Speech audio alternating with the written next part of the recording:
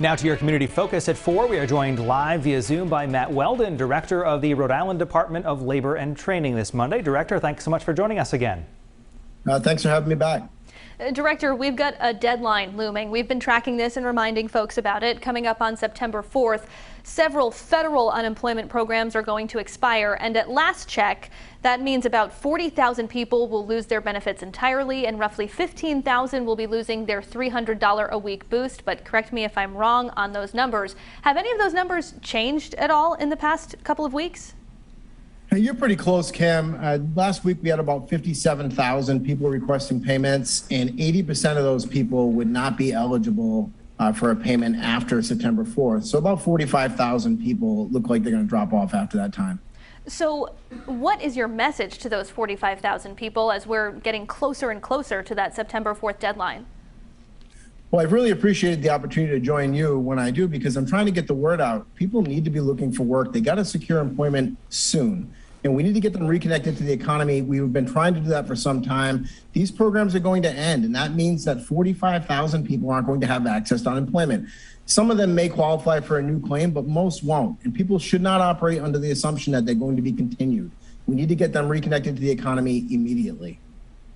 And Director, the latest report with some data from your office shows that Rhode Island has been adding about 3,000 jobs each month of this calendar year. First question, is that enough? And if it's not, what would you like to see happen to see that number bump up even further? Well, we're seeing the numbers get better and better, and I think that the data is catching up with what's happening with our economy. Last month we showed about 7,200 jobs that were increased. The good thing that we see there is that in hospitality and accommodation and food services, 1,100 jobs. We know people are going back to work. It hasn't quite been quick enough. Anecdotally, I talked to some people in the industry, and they're seeing more applications come in than they had seen in months. That's a good thing. We need to continue to provide support and make sure that people know they can go to backtoworkri.com, get connected to a job quickly so they can support themselves and their families going forward. As I was also looking through some of the data, it does show that those manufacturing sector jobs is where we're seeing a lot of growth right now. This Wednesday, there's a manufacturing specific job fair happening. Any indication why we're seeing growth right now in that specific sector? I don't want to mislead anyone, and I'm not an economist, but I'll do my best. And just by talking to people in the industry, we had some supply chain problems across the industry during the pandemic. We're starting to see some business pick up. Rhode Island is really a manufacturing hub for the country, and it's a good thing that that's happening. And this Wednesday, with the Rhode Island Manufacturers Association, we're hosting a virtual job fair on Back to Work RI, where there are 15 employers represented, and maybe more by the time it comes around. People can get connected to these good paying jobs by just signing up, participating in those sessions. Director, we've been talking about people trying to connect them with jobs, get them off unemployment, especially before that lapse in those federal benefits. I was looking at some data. U.S. employers posted a record 10.1 million job openings in June. What does that data point tell us?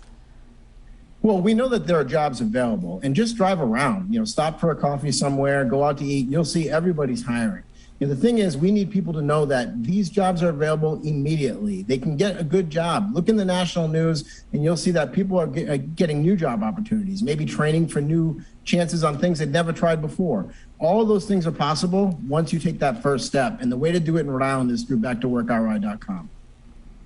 Always good advice. Director Matt Weldon with the Rhode Island Department of Labor and Training. As always, nice to have you with us at 4. Thank you.